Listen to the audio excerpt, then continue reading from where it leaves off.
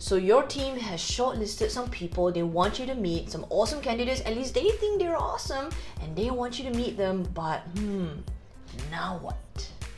Okay, so this is what this video is about. I'm gonna give you some ideas, and these ideas are fantastic because a lot of business owners don't really know what to do with their candidates, but I'm gonna give you a list. Okay, so here it goes. Number one is always ask them what they think of some recent news. For instance, the implementation of GST has caused a lot less customers to be spending. What do you think?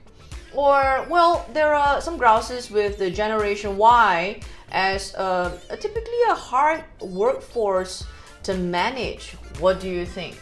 We'll see how well read they are, and that could help you as well, depending on what type of position that they are applying with you. But you get to see if they are actually clued into what's going on in the world out there. Number two, and this is something that I really love to do, when I meet my candidates, I meet future employees, I love to also meet them. Well, they've had that official setting where they've come to the office and they've got an interview with your team, but I also love to have them in a social setting, to have them maybe have a bit of lunch, to have them in a coffee house, to meet them. Why? This is the thing, because all interviews are choreographed. The minute you get them in a cafe, you have them sitting in a coffee house, they get to relax with you, they get to talk about themselves, and so you get to really know who they're like in a bit more of a social setting. So that's quite important.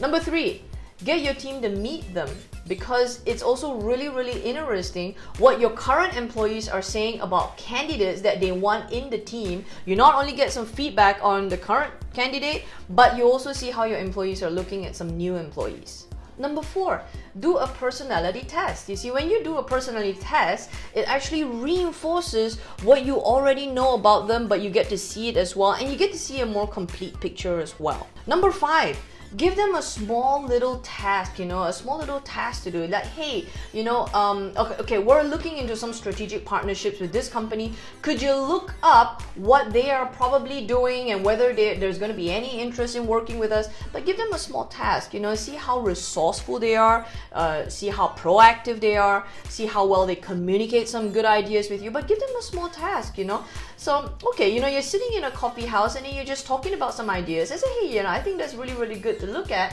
What do you think? And maybe you could come up with some ideas for me. See how well they take that, or are they just gonna sit on it and say, well, you didn't hire me yet, I ain't gonna do anything yet. Whoa, So you want to be able to see how proactive this particular employee is. Number six, and this is a very, very important one that I do with my candidates, is to ask more questions. Ask more questions. Why? Because when you're talking too much, and it seems like a sales process, yeah. But asking more questions means you get to understand more of what the candidate is saying versus, you talking about the company, you selling the job really hard, you talking about your team, you talking about your product, talking about your history, how long you've come. I know a lot of business owners that are very, very proud of being in the business for a very, very long time, and sometimes they can't stop talking. But the thing that I can't get is that across 10, 20 candidates, they're repeating the same history. I think I'd be quite bored of that. But what I think that a lot of business owners don't do very much is ask more questions. The candidates are asking the questions and they keep talking, and then the more you talk, the less you understand about your future employee. And number seven, and this is one that I really, really love. So I'm gonna finish off this casual chat. Do you have any questions for me? You're sitting down with a CEO, you're sitting down with the person that's gonna hire you. I'm making the decisions all here. So is there anything that you'd like to ask me now? And then you wait for their question, And I have seen some candidates just open up a book, boom, and all the questions are inside there. And wow, number one, they came prepared. I'm like, whoa, that's awesome. But number two, some people just don't come prepared. You ask them if there's any question you want to ask. I'm going to finish off and we're just going to go back to our normal lives. What question do you want to ask me? What are the work hours like?